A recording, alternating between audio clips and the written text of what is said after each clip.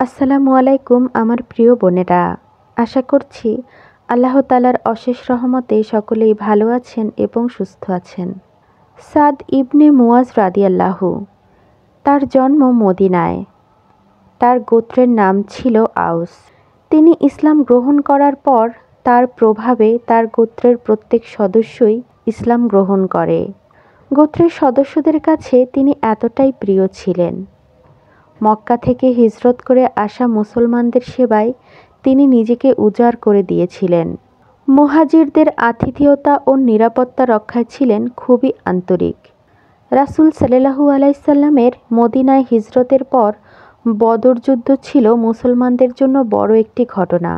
বদর যুদ্ধের প্রস্তুতির সময় রাসূল সাল্লাল্লাহু আলাইহি সাল্লামের সাহাবী সাদ ইবনে মুয়াজ রাদিয়াল্লাহু ঘোষণা দিয়েছিলেন, ইয়া রাসূলাল্লাহ, আমরা আপনার সঙ্গেই আছি। যদি আপনি আমাদের সাগরে ঝাঁপিয়ে পড়ার নির্দেশ দেন, আমরা ঝাঁপিয়ে পড়ব। যারা মূসা আলাইহিস সালামকে বলেছিল, আপনি আর আপনার রব গিয়ে শত্রুর সঙ্গে যুদ্ধ করুন, আমরা এখানে বসে থাকি, আমরা কখনোই তাদের মতো হব না।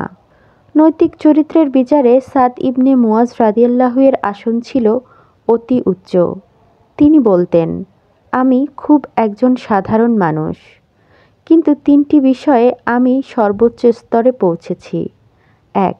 রাসূলুল্লাহ সাল্লাল্লাহু আলাইহি সাল্লামের মুখ থেকে যে কথা আমি শুনি তার সবই যে আল্লাহর পক্ষ থেকে এসেছে, এ কথা আমি বিশ্বাস করি।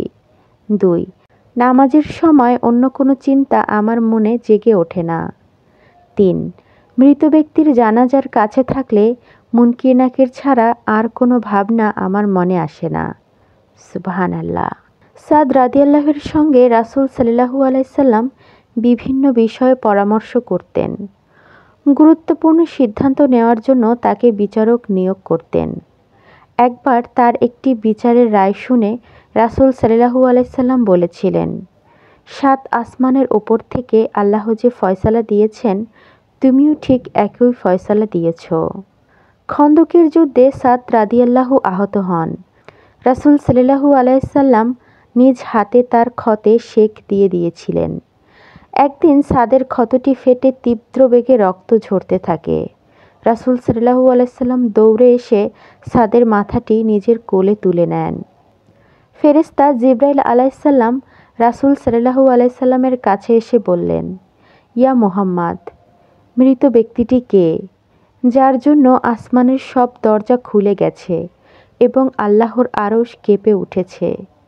রাসূল সাল্লাল্লাহু আলাইহি সাল্লাম দেখতে পেলেন সাদ ইবনে মুয়াজ ইন্তেকাল করেছেন। সাদ ইবনে মুয়াজ রাদিয়াল্লাহু ইন্তেকাল করেন ৫ম হিজরিতে। রাসূলুল্লাহ সাল্লাল্লাহু আলাইহি সাল্লাম নিজে তার জানাজা পড়ান। মদিনার জান্নাতুল বাকি কবরস্থানে তাকে দাফন করা হয়।